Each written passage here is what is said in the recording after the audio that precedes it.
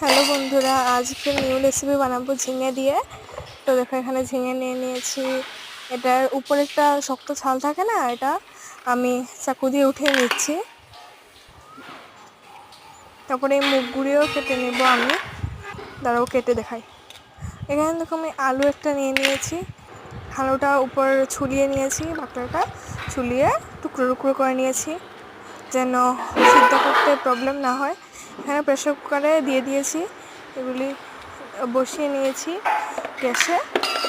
এদিকে দেখো আমি ঝিঙ্গেগুলি পিস পিস করে নিলাম। তারপর দেখো মধ্যের সাদা অংশটা বাদ দিয়ে দিয়েছি। এই দেখো মধ্যের সাদা অংশটা বাদ দিয়ে দিয়েছি।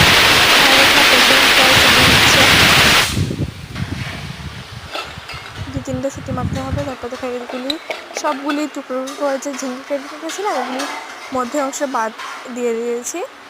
আর এখানে দেখো মধ্যে সাদা অংশটা একটু কুচিয়ে নিয়েছিলাম আমি, তোমাদের এটা দেখাচ্ছি। আমি একটু কুচিয়ে নিয়েছিলাম চাকুর সাহায্যে, নাহলে পেস্ট করতে একটু প্রবলেম হবে।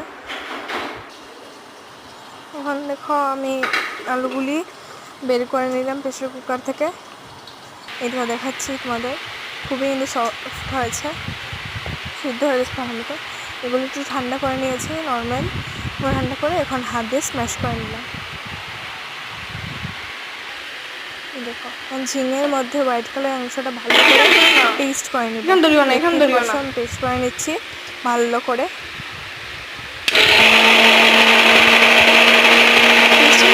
কোনো জল টল ইউজ করবে না, নাহলে কিন্তু পেস্টটা অনেকই পাতলা হয়ে যাবে। এই দেখো পেস্টটা কিন্তু যেহেতু ঝিঙে জল বেরোবে আলু কষতে, তো কোনো জল দেওয়ার দরকার নেই। এই দেখো কত জল জল হয়ে গেছে। দেখো আমি একটা কড়াই বসিয়ে নিলাম গ্যাসের মধ্যে। কড়াইটা ভালো করে ধুয়ে বসিয়ে নিলাম।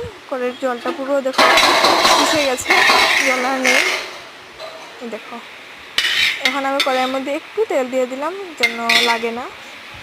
এখন আমি একটা পুর বানাবো।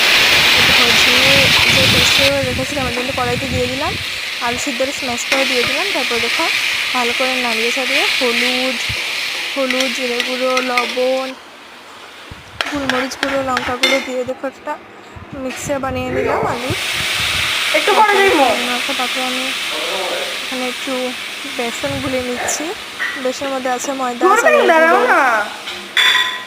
ভালো করে দেখো আমি মশলা টশলা দিয়ে করে নিলাম। এখন এটার ভিতরে পুর ঢুকিয়ে বেসনে ডুবিয়ে ভালো করে লাল লাল করে ভেজে নিতে হবে।